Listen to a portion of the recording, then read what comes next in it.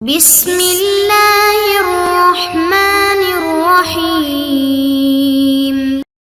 السلام علیکم معزز طلباء کرام، آپ سب کیسے ہیں؟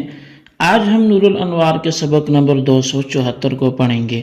آج کے ہمارے سبق کا عنوان ہے سبب کا استعارہ حکم کے لیے۔ آج کے ہمارے سبق کی عبارت فَيَصِحُّ اسْتِعَارَةُ السَّبَبِ لِلْحُكْمِ دُونَ عَكْسِهِ سے شروع ہوتی ہے۔ آئیے سب سے پہلے عبارت پڑھ کے ترجمہ کرتے ہیں، پھر اس کے باقاعدہ وضاحت کرتے ہیں۔ مصنف علیہ رحمہ لکھتے ہیں فَيَصِحُّ اسْتِعَارَةُ السَّبَبِ لِلْحُكْمِ دُونَ عَكْسِهِ، پس سبب کا استعارہ حکم کے لیے درست ہوتا ہے لیکن اس کا برعکس درست نہیں ہوتا۔ بِأَنْ يَقُولَ أَنْتِ حُرَّةٌ وَيُرِيدُ بِهِ أَنْتِ طَالِقٌ، بہین طور پر کہ وہ کہے کہ أَنْتِ حُرَّةٌ اور مراد اس سے یہ لے کہ أَنْتِ طَالِقٌ، أَوْ تَقُولَ بِعْتُ نَفْسِي مِنْكَ، یا وہ یہ کہے، عورت کہے کہ میں نے تجھے اپنی جان بیچ دی، وَتُرِيدُ بِالنِّكَاحَ، اور وہ اس سے ارادہ نکاح کا کرے، وَلَا يَجُوزُ أَنْ يَقُولَ أَنْتِ طَالِقٌ وَيُرِيدُ أَنْتِ حُرَّةٌ، اور یہ جائز نہیں ہے کہ وہ یہ کہے کہ أنْتِ طالق اور مراد اس سے آزادی لے کہ أنْتِ حُرَّةٌ، اور یہ بھی جائز نہیں کہ وَأَنْ يَقُولَ، وہ یہ کہے نَكَحْتُكِ وَيُرِيدُ بِعْتُكِ، کہ میں نے تجھ سے نکاح کیا اور اس سے ارادہ بے کا کرے، لأن المسبب محتاج إلى سبب من حيث الثبوت، اس لیے کہ جو مسبب ہے وہ ثبوت کی حیثیت سے سبب کا محتاج ہوتا ہے، والسبب لا يحتاج إلى المسبب من حيث الشرعية، اور سبب یہ مسبب کا محتاج نہیں ہوتا شرعیت کی حیثیت سے، لأن العتاق لم يشرع إلا لأجل زوال ملک الرقبۃ، اس لیے کہ عتاق مشروع نہیں کیا گیا مگر ملک رقبہ کے زوال کی وجہ سے، وزوال ملک المتعۃ انما حصل معه اتفاقا فی بعض الاحیان، اور ملک رقبہ کا اور ملک متع کا زوال وہ اس کے ساتھ بعض اوقات اتفاقاً حاصل ہو جاتا ہے، وَقَذَا الْبَيْعُ إِنَّمَا شُرِعَ لِمِلْكِ الرَّقَبَةِ، ایسی جو بیع ہے وہ ملک رقبہ کے لیے مشروع کی گئی ہے، وَحِلُّ الْوَطْءِ إِنَّمَا حَصَلَ مَعَهُ اتِّفَاقًا فِي بعض الْأَحْوَالِ، لیکن بعض احوال میں جو وطی کا حلال ہونا ہے وہ اس کے ساتھ اتفاقاً حاصل ہو جاتا ہے، فَلَا يَجُوزُ أَنْ يُذْكَرَ الْمُسَبَّبُ وَيُرَادَ بِهِ السَّبَبُ إِلَّا إِذَا كَانَ الْمُسَبَّبُ مُخْتَصًّا بِالسَّبَبِ، تو پس جائز نہیں ہے کہ مسبب کا ذکر کیا جائے اور اسے سبب مراد لیا جائے مگر اس وقت کہ جب مسبب سبب کے ساتھ خاص ہو، كقوله تعالى إني أراني أعصر خمرا فإن الخمر لا يكون إلا من العنب فيجيء الافتقار من الجانبين، کہا کہ جیسا کہ اللہ تبارک و تعالیٰ کا فرمان ہے انی ارانی اعصر خمرا، اس لیے کہ شراب نہیں ہوتی مگر انگور سے، پس جانبین سے احتیاجگی آئے گی۔ جی طلبہ کرام، یہ ہمارے آج کے سبق کی عبارت اور اس کا ترجمہ تھا جو آپ نے سماعت کیا۔ آئیے اب اس کی وضاحت کی طرف بڑھتے ہیں۔ مصنف علیہ رحمہ نے فرمایا کہ اتصال سوری کی اس دوسری قسم میں استعارہ صرف ایک طرف سے جائز ہے، یعنی سبب کا استعارہ مسبب کے لیے جائز ہے لیکن مسبب کا استعارہ سبب کے لیے جائز نہیں ہے۔ حاصل یہ کہ سبب بول کر مسبب مراد لینا جائز ہے لیکن مسبب بول کر سبب مراد لینا جائز نہیں ہے۔ چنانچہ اگر کسی نے اپنی بیوی سے انت حرۃ کہا اور انت طالق مراد لیا تو یہ جائز ہوگا، کیونکہ انت حرۃ جس کے ذریعے ملک رقبہ زائل ہوتا ہے سبب ہے، اور انت طالق جس کے ذریعے ملک متع زائل ہوتا ہے یہ مسبب ہے، اور یہ بات گزر چکی ہے کہ سبب بول کر مسبب مراد لینا جائز ہے، لہذا انت حرۃ بول کر انت طالق مراد لینا جائز ہے۔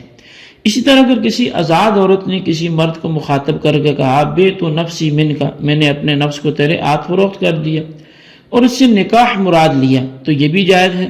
کیونکہ بیع جس کے ذریعے ملک رقبہ ثابت ہوتا ہے سبب ہے، اور نکاح جس کے ذریعے ملک متع ثابت ہوتا ہے یہ مسبب ہے، اور سبب بول کر مسبب مراد لینا یہ جائز ہے، لہٰذا الفاظ بیع بول کر نکاح مراد لینا بھی جائز ہوگا۔ اور اگر کسی نے اپنی باندی سے انتی طالق کہا اور انت حرۃ مراد لیا تو یہ جائز نہیں ہوگا، کیونکہ انت طالق جو زوال ملک متع پر دلالت کرتا ہے مسبب ہے، اور انت حرۃ جو زوال ملک رقبہ پر دلالت کرتا ہے یہ سبب ہے، اور پہلے گزر چکا کہ مسبب بول کر سبب مراد لینا جائز نہیں ہے، لہذا انت طالق بول کر انت حرۃ مراد لینا بھی جائز نہ ہوگا۔ اسی طرح اگر کوئی شخص اپنی باندی کو مخاطب کرتے ہوئے کہے کہ نکاح تو کی، میں نے تیرے ساتھ نکاح کیا، اور بے تو کی مراد لے یعنی میں نے تجھ کو فروخت کیا، تو جائز نہیں ہے، اس لیے کہ نکاح جو ثبوت ملک متع پر دلالت کرتا ہے مسبب ہے، اور لفظ بے جو ثبوت ملک رقبہ پر دلالت کرتا ہے یہ سبب ہے، اور مسبب بول کر سبب مراد لینا چونکہ جائز نہیں ہے، اس لیے نکاح بول کر بے مراد لینا بھی جائز نہیں ہوگا۔ اور سبب بول کر مسبب مراد لینے کا جواز اور مسبب بول کر سبب مراد لینے کا عدم جواز اس لیے ہے